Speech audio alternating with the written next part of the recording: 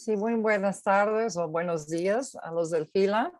Agradezco mucho la invitación y la oportunidad de estar con ustedes para participar con la presentación del libro Los pescadores ribereños de la Bahía de Tobari, Sonora, frente al riesgo y la crisis socioambiental, problemáticas y construcción de alternativas desde la perspectiva de los actores sociales del doctor Milton Gabriel Hernández García, lo cual fue premiado, por cierto, en primer lugar del Premio Nacional DIP Francisco J. Mújica sobre el desarrollo rural y sustentable y soberanía alimentaria, quinta edición 2021 por la Cámara de Diputados. Creo que para apreciar este título es preciso saber algo sobre su autor. Conozco a Gabo Hernández dentro del Programa Nacional de Etnografía del INA, primero por su trabajo en el equipo de Hidalgo con Lourdes Páez y luego como integrante con nosotros en el equipo del Noroeste. Tiene una vasta experiencia trabajando y viviendo con comunidades en Sonora y en otras regiones del país. Desde entonces, he visto su compromiso social con las comunidades donde labora, además de la importancia del trabajo colaborativo y la incorporación de la voz de los actores sociales en sus trabajos. En este caso, los mayos o Yoreme de Sonora, pescadores artesanales que viven cotidianamente las agresiones del capitalismo depredador en múltiples formas y los despojos de su medio de vida. Vale la pena señalar que hay muy pocos estudios antropológicos en México sobre comunidades pesqueras. En este sentido, los interesados encontrarán en el libro una bibliografía ilustrada de otras materias virtuales o visuales, y informativos que nutren su análisis. El libro ciertamente representa un gran avance y contribución en la construcción de conocimiento crítico, sobre comunidades pescadores indígenas y no indígenas en la Bahía de Tobari. Pero a diferencia de otros estudios e investigaciones previas, esta es desde una perspectiva antropológica. Es decir, a partir del trabajo de campo, de una visión que incorpora los métodos de las ciencias sociales, tanto en los objetivos, metodología y marco explicativo, que incluye, entre otros más, un concepto muy útil de David Harvey sobre la acumulación por despojo, lo cual permite una mayor comprensión de los factores locales y cómo los elementos y efectos adversos por el impacto del deterioro ambiental, que son precisamente un producto del capitalismo global con su tendencia a despojar y apropiarse de los recursos naturales vitales y de los medios productivos locales. Dentro de su introducción, el autor plantea lo dicho, además del contexto y origen de esta investigación, planteamiento de problemas, sus preguntas de investigación, objetivos y metodología multi y transdisciplinaria. A partir de un recorrido de los estudios previos, de estudios previos desarrollados por distintas instituciones y disciplinas en la zona, el autor nos inmerse en su etnografía de la vida de los pescadores, los cuales enfrentan condiciones de vida muy adversas. Eso es por tener que enfrentar el empobrecimiento de sus economías familiares y de su propia salud a causa de un complejo de factores desarrollistas como los desechos, por ejemplo, entre ellos los tóxicos tirados a sus aguas de pesca, la contaminación de la bahía por las plaguicidas, fertilizantes, pesticidas, terrenos desertificados, salinizados, la expansión acuícola, pérdida de los manglares que permiten un ambiente sano para el desarrollo de las especies, la descarga de una serie de drenes que vierten directamente los desechos agrícolas urbanos por sicolas también. Los drenes de las subcuencas central y del Valle de Yaqui descargan a la bahía de por lo menos 84 industrias de las zonas urbanas, 11 agroindustrias, 10 almacenes de materiales peligrosos, 23 granjas avícolas, 10 granjas porcinas, 4 corrales de engorda, un rastro, un relleno sanitario y 5 pistas de avioneta para fumigación. Es increíble que la gente puede sobrevivir y vivir y sostenerse bajo estas condiciones. Eso es una situación verdaderamente alarmante que tiene un efecto de degradación ambiental crítico. Todo aquello o aquella por causas del hombre y un llamado desarrollo que ha resultado extremadamente dañino por los poblados. Su etnografía, de una redacción muy fluida y fina y accesible por los otros que no somos expertos en el tema, nos aproxima al proceso histórico y social de esta devastación socioambiental, que según lo entendido era un santuario pesquero sumamente productivo en el sur de Sonora. En su acercamiento a las comunidades pesqueras de la bahía, nos ayuda a comprender sus prácticas y creencias en torno a la vida marina, su vínculo con la fauna y su identidad económica. Las topologías de la pesca yoreme o mayo y los saberes tradicionales en la reproducción de la pesca ribereña. Además, habla de la importancia de las aves en la buena pesca. Destaca los impactos de la modernización y el desplazamiento de dichas tradiciones para plantearnos en la situación de la pesca contemporánea, la violencia ejercida por la industria pesquera capitalista, el rol de las instituciones que muchas veces cuentan con sus propios intereses inversionistas que van creando cierta desconfianza y tensiones sociales por los limitantes y multas impuestas por las instituciones. Además, el autor incluye el rol del cooperativismo pesquero en estos procesos y las actuales crisis del sector para hablar de las múltiples formas de despojo acuícola. Ante ese panorama tan devastador, el estudio explora posibles vías de solución. Eso es lo bueno. Proyectos y construcciones alternativas para enfrentar esta crisis socioambiental, para plantear un ordenamiento pesquero local.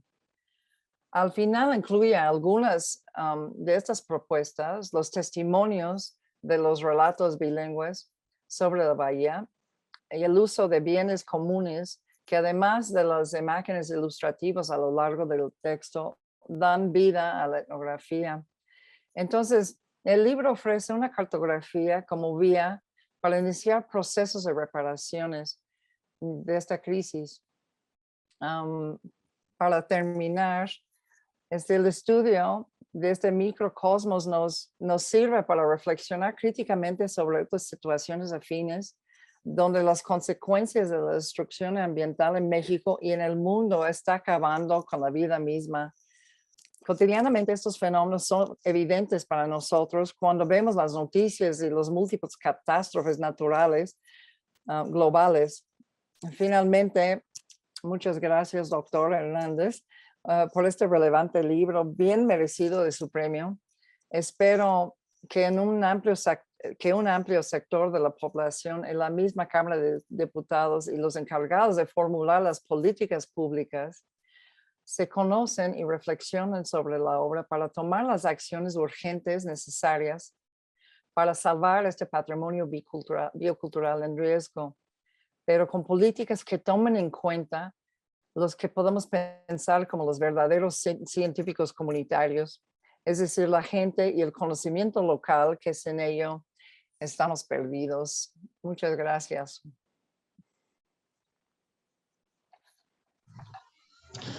Bueno, pues muchísimas gracias a la doctora Claudia Harris. Para mí realmente es un honor que la doctora Claudia Harris Claire haya aceptado participar en la presentación de este libro.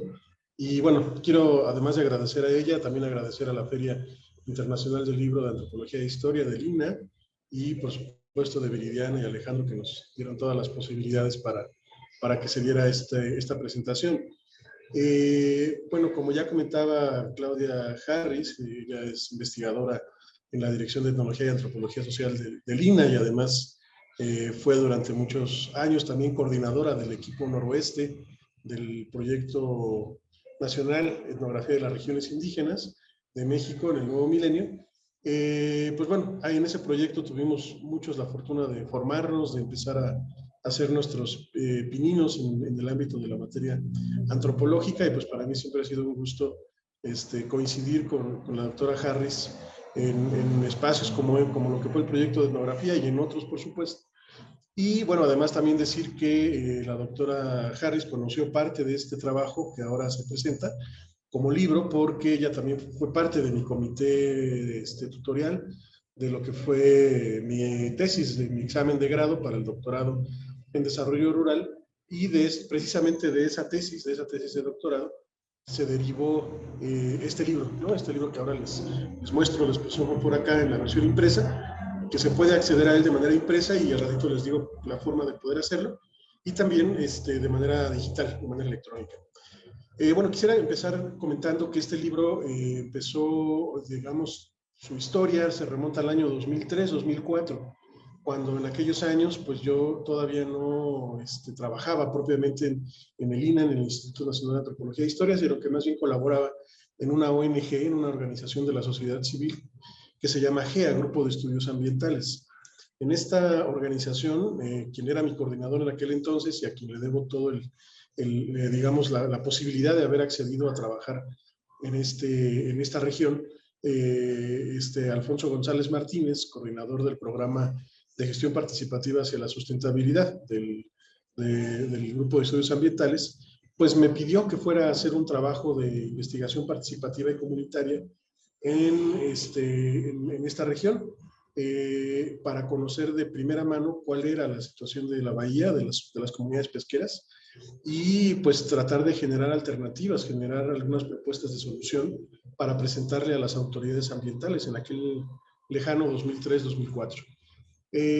Pues yo estuve trabajando ahí durante varios años, yendo y viniendo de la Ciudad de México a la costa sur de Sonora, principalmente en las 3 comunidades de pescadores que están alrededor de esta bahía, que es la comunidad de Paredón Colorado, la comunidad de Paredoncito y la comunidad de Sube y Baja. En estas comunidades pues habitan personas indígenas pertenecientes al pueblo mayo o yoreme, y también habitan personas pues yoris o mestizas, como las conocemos acá en el sur. Y bueno, la tensión que hay entre ambos sectores pues no es distinto a la tensión que existe en otras comunidades de la región, ¿no? Nada más que en este caso pues en un contexto pesquero. Al llegar yo a esta comunidad, estas comunidades en compañía de algunos biólogos y biólogas, pues empecé a entender que estábamos frente a una situación de verdadero colapso socioambiental, una región pues muy contaminada durante muchos años. Desde los años 40 empezó a contaminarse esta región, porque hay que decir que la bahía del Tobari está precisamente en las inmediaciones de lo que se conoce como el Valle del Yaqui. Y como sabemos, el Valle del Yaqui es una zona muy próspera, muy productiva en términos agrícolas. Ahí se produce buena parte de los alimentos que se consumen en el territorio nacional.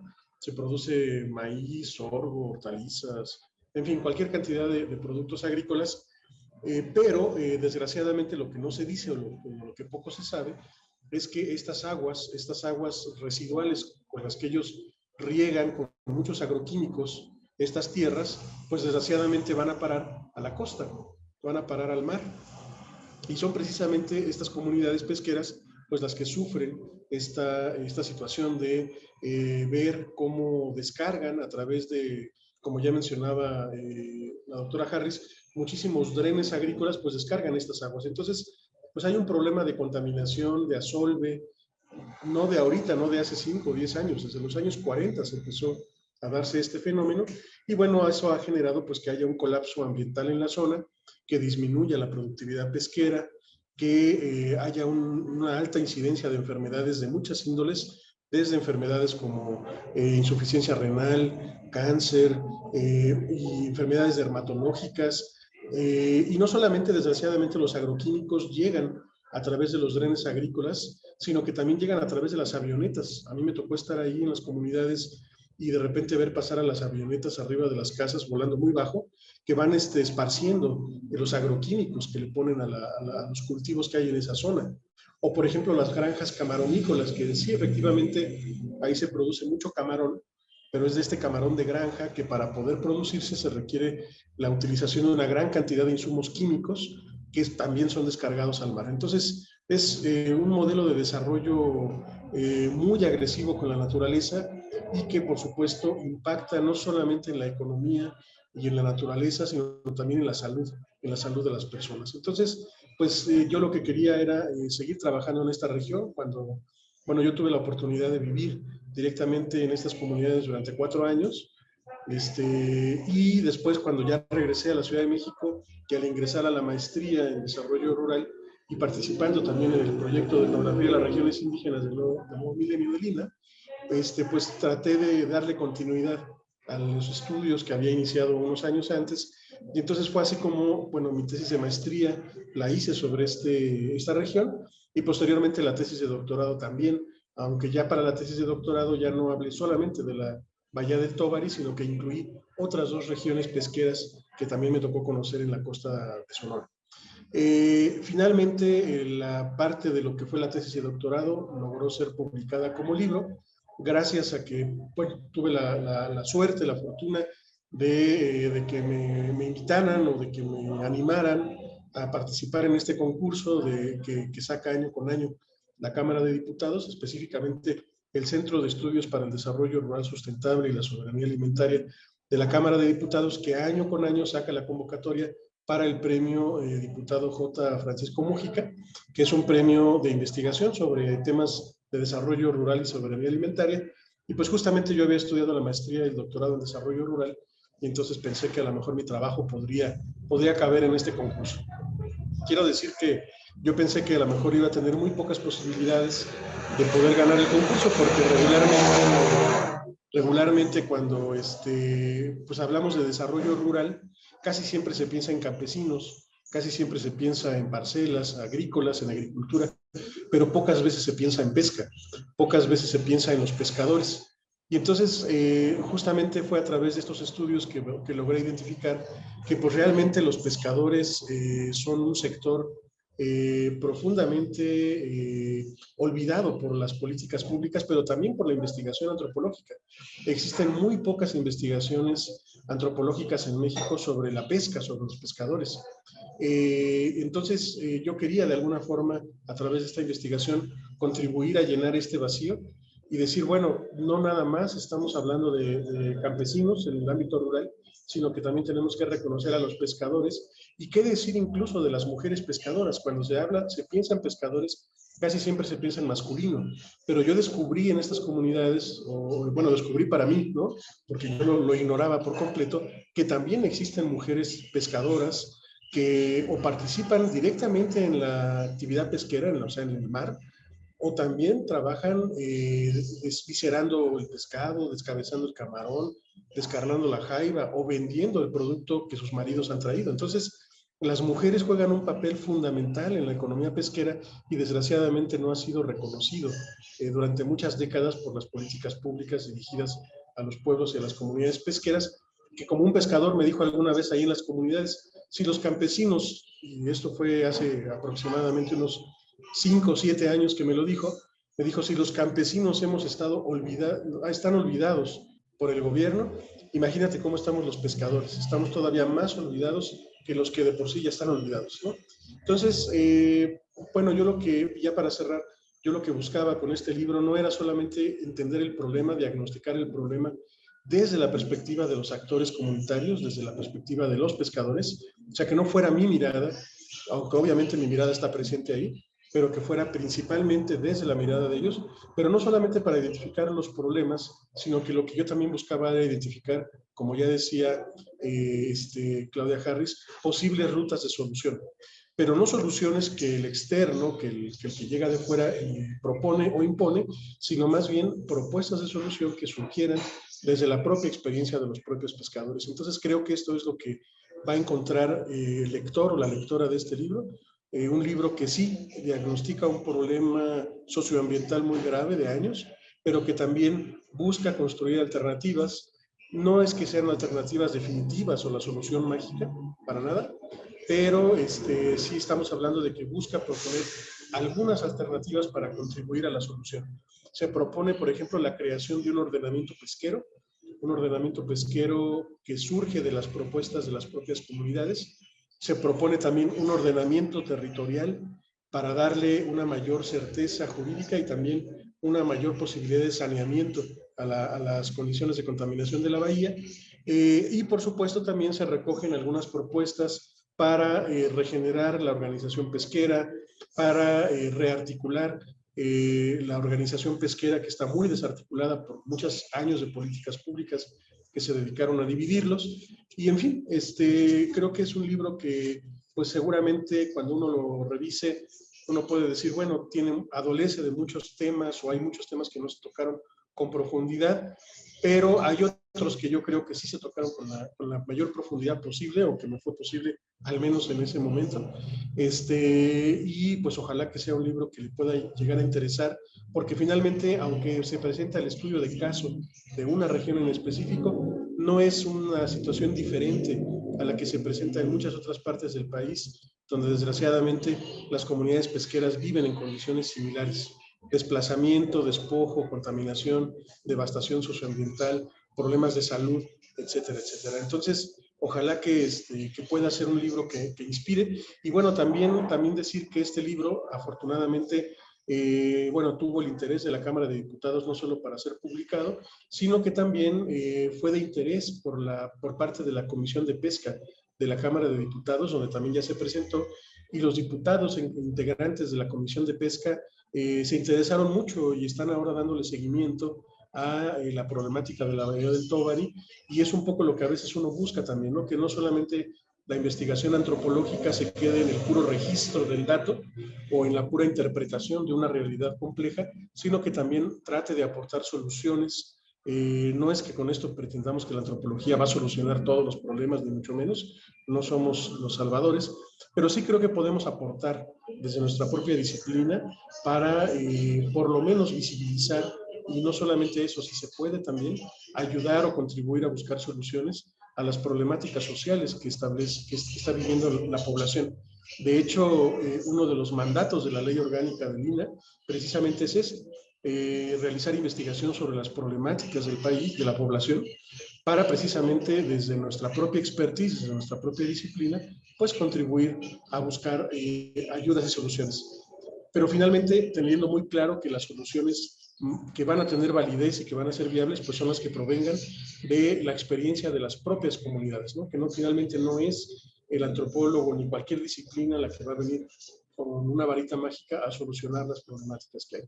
Entonces, yo quisiera nada más cerrar comentándoles que el libro se puede conseguir de manera digital, está en PDF, se puede descargar de manera digital visitando la página del Centro de Estudios para el Desarrollo Rural Sustentable y la Soberanía Alimentaria, el CEDERSA, de la Cámara de Diputados. Si lo buscan en Google, ahí pueden entrar a la página y ahí en publicaciones van a poder encontrar ahí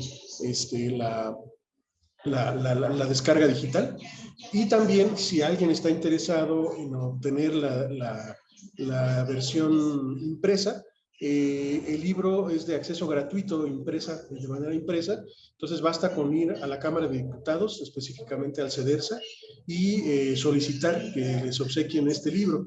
Y vale la pena ir al CEDERSA porque cuando va uno ahí, pues no nada más te obsequian uno, sino que te obsequian otros títulos, entonces uno va al CEDERSA y sale no con uno, sino con unos 5 o 10 libros que te pueden obsequiar. Entonces, el libro se puede acceder a él de manera gratuita. Claro, pues sí, solamente hay que, como dicen por ahí, aventarse el viaje a la Cámara de Diputados, y ahí se puede obtener de manera gratuita, no solo sino también otros. Y bueno, cerrar también, no solamente agradeciendo a lo que fue el Proyecto Nacional de Etnografía de las Regiones Indígenas, porque también en el marco de este proyecto pude realizar esta investigación, sino también al posgrado en Desarrollo Rural de la UAM Xochimilco, en donde pude desarrollar esta tesis, sino también a la Cámara de Diputados, no solamente por el premio recibido, sino también por la publicación del libro, ¿no? De la tesis como libro, que finalmente pues es es lo que permite que ahora podamos estar dando a conocer este material.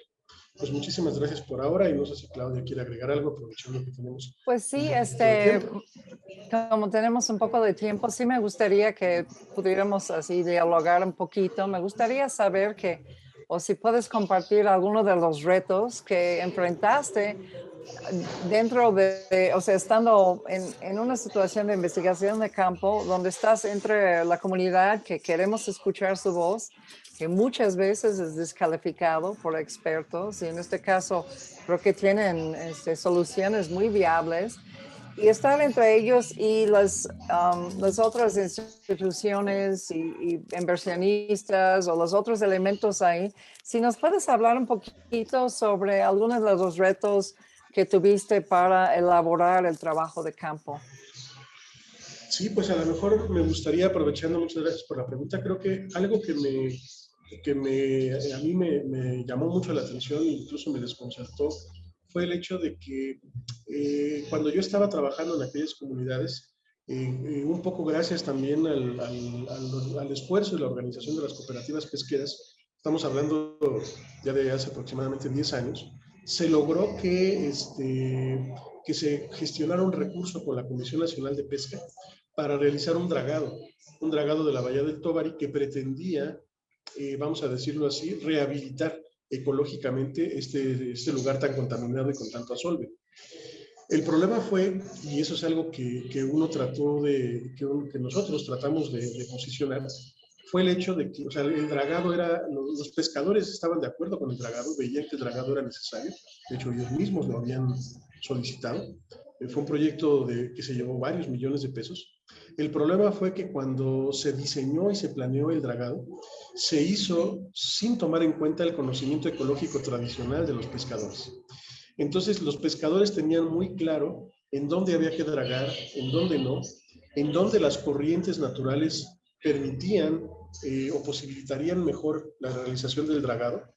Y entonces, desde la investigación que estábamos haciendo, nosotros tratábamos de posicionar el conocimiento de los pescadores y decir, bueno, ok, señores técnicos, señores ingenieros civiles, ingenieros acuícolas, etcétera, está muy bien, hagan el dragado, pero tomen en cuenta el conocimiento de los pescadores porque ellos saben en dónde estaba el manglar, en dónde estaban los canales de las corrientes marinas, en dónde es más conveniente dragar y en dónde no es conveniente dragar. Y entonces lo que dio por resultado fue que se hizo un dragado que sí funcionó durante 2 o 3 años, pero al poco tiempo este dragado se empezó a ver claramente que no era técnicamente lo mejor. ¿Por qué? Porque, por ejemplo, en donde los pescadores sabían que era un lugar de anidamiento de especies marinas y para su reproducción, como el camarón o las especies de escama, ellos encontraron bueno, los ingenieros decidieron que en ese lugar iban a poner, por ejemplo, un islote artificial elaborado con el lodo que se estaba dragando de la propia bahía. Entonces lo que hicieron fue tapar un criadero natural que terminó por perjudicar más que por beneficiar a la propia comunidad y por supuesto al ecosistema de la región. Entonces, lo que nosotros pudimos observar es que, desgraciadamente, si bien se estaba haciendo la investigación, si bien se estaba haciendo el registro de lo que para los pescadores son los conocimientos más importantes que tienen, o sea, ¿quién conoce más ese entorno que los pescadores que todos los días recorren esos lugares para pescar, para capturar, no de ahorita, sino de hace 20, 30, 40, 50 años? Entonces, de repente llegaban técnicos que nunca se habían parado en ese lugar y ya estaban determinando cuáles iban a ser las estrategias para el propio dragado. Entonces, eso fue algo que nos desconcertó mucho y que los mismos pescadores previeron que ese dragado no iba a durar más de 2 o 3 años. Y tal como ellos lo previeron, así ocurrió. Finalmente, el dragado no sirvió y incluso llegó a provocar accidentes porque los ingenieros dejaron olvidados tubos en la zona del mar, y entonces resulta que de repente iba un pescador enfilado con su panga y de repente chocaban con los objetos que habían dejado ahí, y entonces los pescadores se caían o se accidentaban, incluso llegó a haber un fallecimiento producto de este dragado. Entonces, eso fue uno de los grandes retos, darse cuenta que es difícil que las instituciones acepten o, como dices tú, validen el conocimiento tradicional. Creo que hoy día ha cambiado un poco la perspectiva y hoy hay mucho más interés en conocer cuáles son estos planteamientos desde la propia comunidad. Tan es así que, bueno, hoy día, por ejemplo, existen nuevos programas y otras políticas que están tomando mucho más en cuenta las necesidades de los propios pescadores. Me tocó verlo ahora que fue la pandemia. Bueno, todavía no acabamos la pandemia, pero cuando fue el 2020 y 2021, los años más difíciles de la pandemia, gracias a programas que llegaron a las comunidades pesqueras, las comunidades pudieron sobrevivir porque pues se paró y se cerró el comercio de pescados y mariscos en la región, producto de la pandemia, y gracias a estos programas los pescadores pudieron sobrevivir y llegaron a tiempo, cosa que antes no ocurría, ¿no? Llegaban muy a destiempo los programas como el apoyo a los pescadores.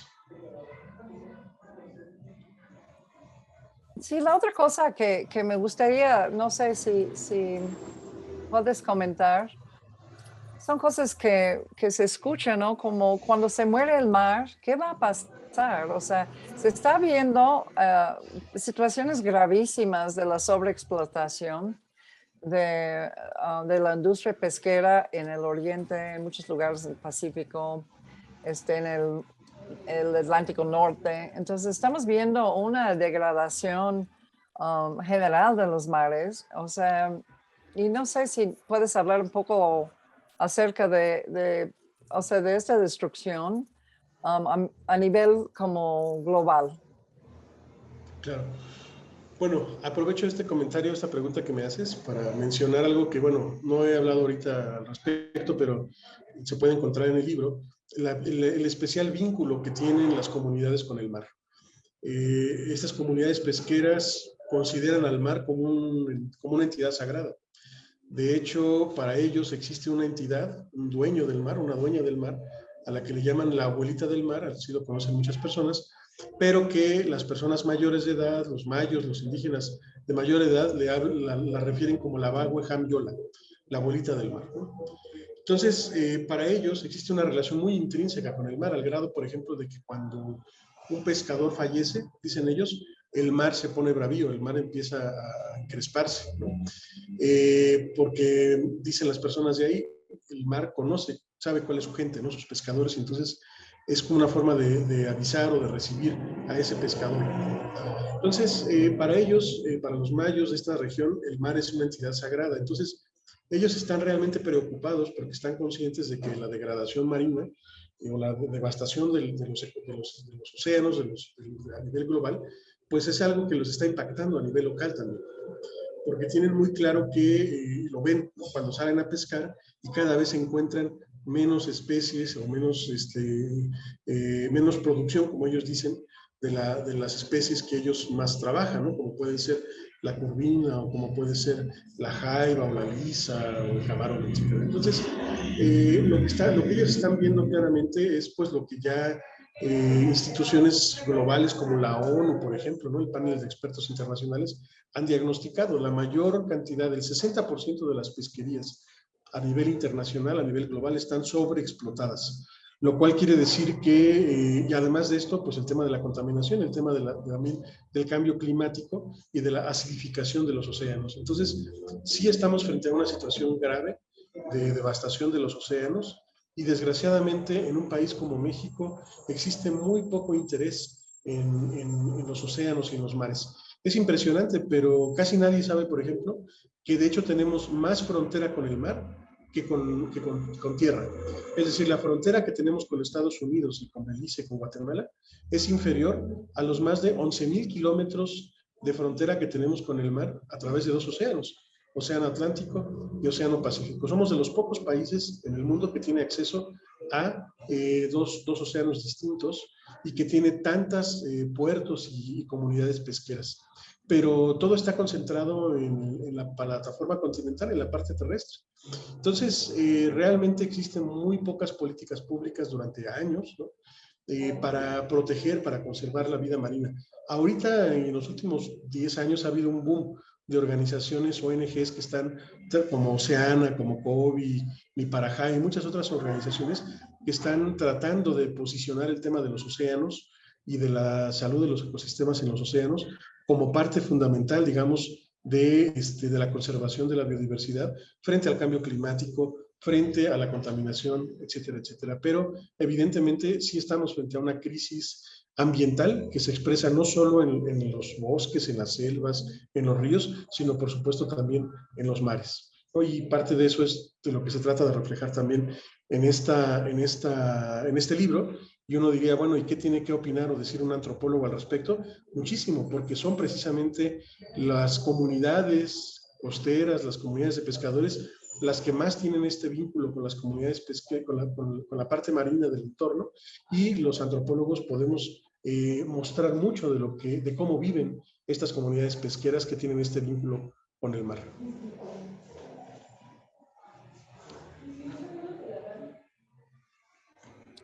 No sé qué más podemos decir. Hay muchísimo en este libro. Hay una información inclusive en los anexos lingüísticos, así, lingüística, y hay muchísimas otras cosas para reflexionar. Y sabemos que si no nos ponemos en la acción para participar en la salvación del planeta, pues nadie pues lo va a hacer, ¿verdad? Y agradezco mucho tu compromiso con las comunidades, tu compromiso con estas temáticas. Y creo que se ve muy claramente dentro de este libro. Y espero que los políticos, que los, o sea, neófitos en la temática como yo y otros, aprovechen este libro porque da la posibilidad de comprender una situación sumamente compleja y escrito en una forma que personas que no hemos acercado al tema nos podemos entender un poco más lo que está viviendo y lo que está luchando en esas comunidades para sobrevivir y para conservar lo que es ese gran patrimonio biocultural en riesgo, ¿no? Pues muchísimas gracias, Claudia, y ojalá que se animen a leer el libro, y como ya mencionábamos, pues es de descarga gratuita, entonces es muy accesible, ¿no? Cualquiera puede acceder al libro, y sobre todo, pues ojalá que las comunidades pesqueras también. De hecho, nada más cierro diciendo que justamente ayer o antier me contactaba un chico muy joven de 20 años, de allá de las comunidades, ¿no? Que me sigue en Facebook, que nos seguimos en Facebook, y me decía él que ya había interés, ¿no? Porque decía, pues es que sí vienen muchos biólogos, vienen a ver cómo está nuestra situación, pero no les entendemos, ¿no? No entendemos muchas veces su lenguaje. Y entonces me decían, ojalá que tu libro lo podamos entender. Y le decía, sí, como dices tú, Claudia, está escrito en un lenguaje muy sencillo, muy accesible. Y espero que haga que cualquier persona interesada en el tema pues pueda disfrutarlo, pero al mismo tiempo también pues a lo mejor hasta preocuparse para después pensar en alternativas de solución a estas problemáticas que estamos viviendo y que son tan poco visibles, desgraciadamente, en los medios, en las sociedades, ¿no? Desgraciadamente, este tipo de temáticas que tienen que ver con el campo, con la ruralidad o con las comunidades pesqueras, pues no son nota periodística, y por lo tanto se sabe poco sobre cómo se viven las comunidades pesqueras. Bueno, y desde la antropología creo que haces un gran aporte aquí porque siempre queremos saber acerca de lo que ellos piensan que está pasando. Y ellos son los que tienen el conocimiento local. Y creo que muchas veces llegan expertos o gente de instituciones en plan de autoridad para imponer proyectos de desarrollo que localmente, o sea, como tú explicabas con la draga, o sea, no saben bien que no van a funcionar y no consultan a la gente local. Entonces, tenemos que trabajar, yo creo que como antropólogos, en mejorar los sistemas de consulta a las comunidades para que sus voces cada vez sean más escuchadas, ¿no? Bueno, pues no queda nuevamente sino agradecer a la Feria Internacional del Libro de Antropología e Historia del Instituto Nacional de Antropología e Historia, por supuesto también a la Coordinación Nacional de Antropología y a lo que fue el proyecto de etnografía de las regiones indígenas de México en el Nuevo Milenio, de donde esta investigación es parte. Agradecer también a la Universidad Autónoma Metropolitana Xochimilco por la posibilidad de haber desarrollado también ahí en el posgrado en desarrollo rural, tanto en maestría como en doctorado, esta investigación, y por supuesto también a la Cámara de Diputados, que finalmente es la institución que, pues bueno, se anima a publicar este trabajo gracias al premio nacional J. Francisco Mújica, que es un premio que lanza la Cámara de Diputados año con año para investigaciones que tienen que ver con el desarrollo rural sustentable y la soberanía alimentaria. Entonces, si bien no es un premio de antropología, pero sí es un premio en el que pueden participar antropólogos y antropólogas con sus investigaciones, siempre y cuando estén vinculadas al campo mexicano. Y pues bueno, con eso cierro mi comentario, la presentación de este libro, y pues invitarles a que lo puedan descargar y a que puedan revisarlo, y ojalá que lo disfruten. Muchísimas gracias. Gracias.